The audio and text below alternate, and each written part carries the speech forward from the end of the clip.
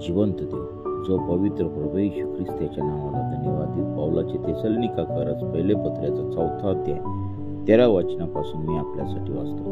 मेलेल्या ख्रिस्त शिष्यांबद्दल समाधान. बंधुजनो, झोपी गेलेल्या लोकांविषयी तुम्ही अजाण नसावे अशी आमची इच्छा आहे, यासाठी की ज्यांना आशाच नाही अशा बाकीच्या लोकांसारखा तुम्ही खेद करू नये. कारण येशू मरण पावला व पुन्हा उठला असा जर आपला विश्वास आहे, तर त्याप्रमाणे येशूच्या द्वारे जे झोपी गेले आहेत त्यांचा देव त्यांच्याबरोबर आणील. प्रभूच्या वचनावरून आम्ही हे तुम्हाला सांगतो की प्रभूचे येणे होईपर्यंत जे आपण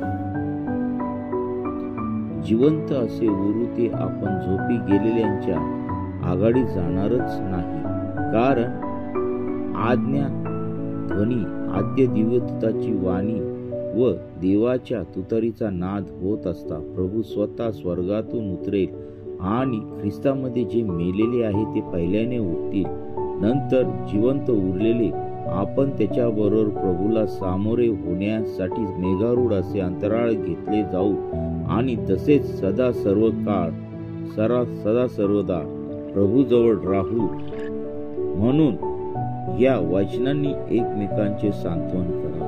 वाचलेले वचन देवाप आशीर्वादित करो.